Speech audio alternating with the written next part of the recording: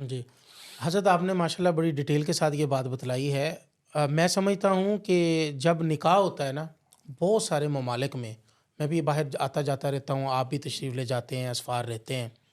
हमारे एक दोस्त हैं मलेशिया के, तो वहाँ पर कुछ तरतीब है थोड़ी-सी, वहाँ पर ना शादी कोर्स करवाया जाता है। हमारे यहाँ शादी कोर्स जैसे लगा होता है, ये तो लगा होता है हकीमों ने लगाया होता है ना जी, शादी कोर्स कर लें। वहाँ पर शादी कोर्स करवाया जाता है। लड़की जो होती है वो कोर्स करने के लिए आलिमा खातून के पास जाती है। लड़का कोर्स करने के लिए अपने वक़्त के इमाम के पास, जो मस्जिद के इमाम होते हैं उनके पास जाता है। वो 10 दिन अस्बाक पढ़ता है। अस्बाक पढ़ने के बाद उनका इम्तिहान होता है। इम्तिहान होने के बाद वो जब इम्तिहान पास कर लेते हैं, लड़की लड़का दोनों, पास होने के बाद उनको वो सर्टिफ़िकेट मिलता है। वो सर्टिफ़िकेट लेके जाके मेडिकल करवाते हैं। मेडिकल करवाते हैं कि ताकि कल को ये ना हो कि लड़की को कोई मेडिकली प्रॉब्लम्स हो और लड़के की सारी जमा पूंजी उसको सही करवाने पे लग जाए। कल को लड़के को मेडिकली कोई प्रॉब्लम हो और वो लड़की के ऊपर थोप कर खुद आप जो है ना वो पतली गली से निकल जाए, ऐसा ना हो।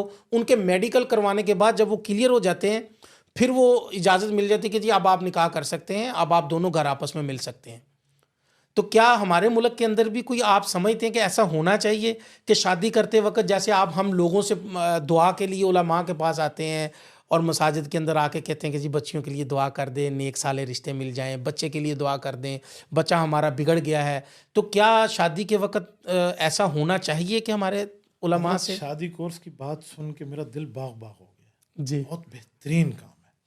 हमारे यहाँ इसकी इब्तिदाई कोर्स की स्टेजेस मौजूद हैं। आप जी, देखें ना, तोहफ़ा दुल्हन, जी, तोहफ़ा दुल्हा, हमारे जी, पास किताबें मौजूद हैं। जी, जी, जी, इसी तरह आदाबुल मुबाशरत, जी, आदाबुल मुआशरत, हज़रत बिल्कुल थानवी रहमतुल्लाह अलैह, बाकी मौजूद है। हज़रात जी, बिल्कुल मौलाना यूसुफ थानवी जी, रहमतुल्लाह, जी, जी, जी, इन हज़रात की किताबें मौजूद हैं। ये भी तो कोर्स की एक शक्ल है। जी, जी, तो हमें चाहिए, मैं आपके वास्ते से अपने अकाबरीन से भी ये रिक्वेस्ट करूँगा जी, कि अगर इस तरह की कोर्स की तरतीब बन जाए, भले 10 दिन ना हो, जी, आप सिर्फ सहरोज़ा रख लें, जी, बिल्कुल आप ऐसा। सिर्फ 2 सहरोज़े रख लें, 3 सहरोज़े की 5 दिन का कर लें, 1 हज़रत हफ्ते के अंदर बात का। कट करके माज़रत के साथ जी। आखिरी हल इसका ये कि से रोज़ा ना हो तो उलमा जब अपना निकाह पढ़ाने के लिए जाए तब भी उसके हुकूक बयान कर दे। हज़रत वो तो अल्हम्दुलिल्लाह करते भी हैं, तो कर लेना चाहिए, तो ये बहुत अच्छा हो जाएगा। जी, तो इस हिसाब में तो यकीन मानिए, अगर दोबारा इम्तिहान वाली जो बात है आपने की जी, है, परफेक्ट है यार।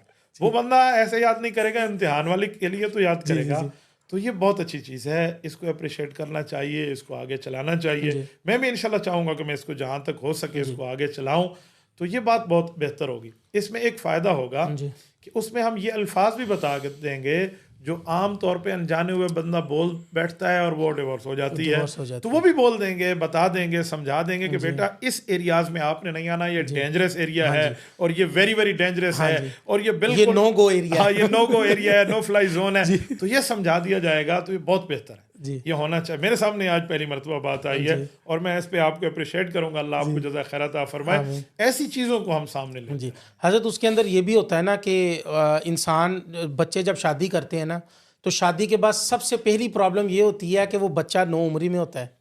उसको ये अंदाज़ा नहीं होता है कि मैंने अब माँ-बाप को किस कैटेगरी में रखना है, बीवी को किस कैटेगरी में रखना है, भाइयों को किस कैटेगरी में रखना है।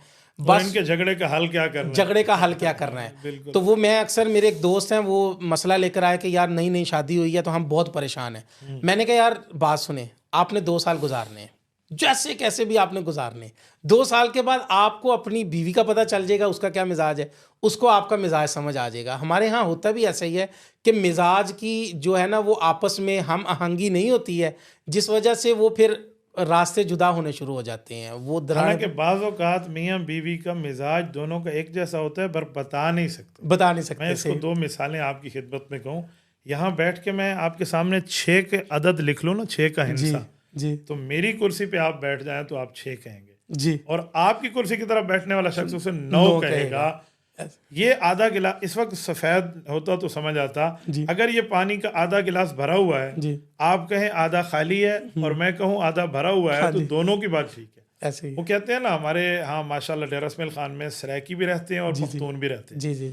तो कहते हैं सराइकी और एक पठान ने मिलके चोरी की, तो उनने तय ये किया था कि हम आध-आध करेंगे। बिल्कुल ऐसे। तो वो तय हो गया, वो समझ गए इशारों में। तो जिस वक़्त माल तक़सीम करने के बँटवारे का वक़्त आया ना, जी, तो पठान ने पश्तो में उस सराकी भाई को कहा कि नीमा तादा नीमा मादा।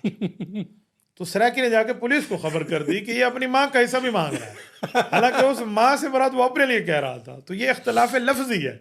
इस लफ्जी इख्तलाफ की वजह से कई घर उजड़ते हमने देखे। बिल्कुल ऐसे ही। और इसी पर एक जुमला मैं मजीद भी ऐड कर दूं, जी ये जो बीवी को ताने मिलते हैं ना बाज़ औक़ात, जी जी। वो गलत ताने होते हैं कि तेरे बाप ने तुझे दिया क्या है, दिया क्या है, तो अपने बाप के घर से लाई क्या है। लाई क्या है। हालांकि जिस बाप ने तुम्हें अपने जिगर का टुकड़ा उठा के दिया है, जी जिस दिन तेरी बेटी ब्याह होकर तेरे घर से रुखसत होगी तो मैं तेरे दिल से पूछूंगा बता क्या है। बिल्कुल। हम एक जगह गए तो उधर मियाँ बीवी में ये इख्तलाफ चल रहा था। जी हम राजीनामे के लिए गए। जी। जब वहाँ पहुँचे तो मियाँ की बात ये थी कि इसको बाप ने दिया क्या है। जी यकीन माने जो चीज़ें उसने दी थी अपनी वसत के मुताबिक, जी।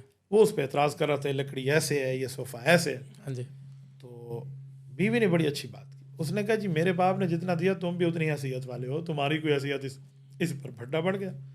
तो जब हम राजीनामे में बैठे हैं तो लड़की ने मुझे पर्ची लिखी कि उस्ताद जी अगर मुझे जवाब का आप 1 मिनट दे दें तो। मैंने कहा जी आप बोलें। तो उसने मियाँ की तरह मुँह करके बड़े प्यार से कहा कि मेरे सरताज, मेरा बाप मुझे जहेज़ में जहाज़ भी लेकर दे सकता है, जी। तेरा अब्बा एयरपोर्ट बनवा सकता है। नहीं, एक जहाज़ का खर्चा और एक एयरपोर्ट का खर्च। तो वो बड़ी अच्छी बात की। तो ये चीज़ें हमें नहीं रखनी चाहिए। ऐसे ताने भी सब कुछ ख़त्म हो जाएंगे अगर इसी कोर्स को प्रमोट कर दिया जाए।